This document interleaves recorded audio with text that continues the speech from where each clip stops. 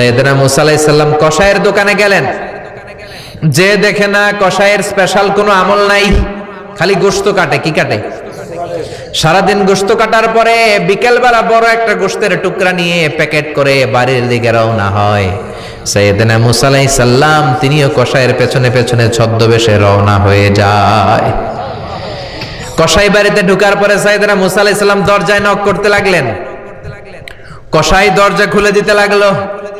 সাইয়েদনা মুসা আলাইহিস সালাম পরিচয় গোপন করে বলে, আমি একজন মুসাফির, আজকে রাতে ও কসাই ভাই আপনার বাড়িতে থাকতে চাই। কসাই বলে, আহলান সাহলান, আসেন, এই ঘরের মধ্যে বসেন, পাশের ঘরে আমার একটু কাজ আছে।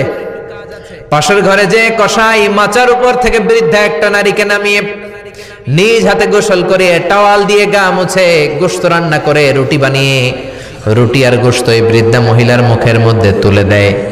মহিলাটা তৃপ্তি সহকারে খাওয়ার পরে হাত দুইটা উপরের দিকে তুলে আঁচলটা পেতে আল্লাহর ডেকে বলে, আল্লাহ আমার ছেলের উপর আমি সন্তুষ্ট, এই বলে বিড়বিড় করে কি যেন দোয়া করে দেয়। মহিলাটাকে খাওয়ানোর পরে কসাই প্লেটের মধ্যে গোশত আর রুটি এনে সাইয়েদনা মুসার কাছে এসে বলে, ও মুসাফির ভাই, এই নেন আপনার রাতের খাবার।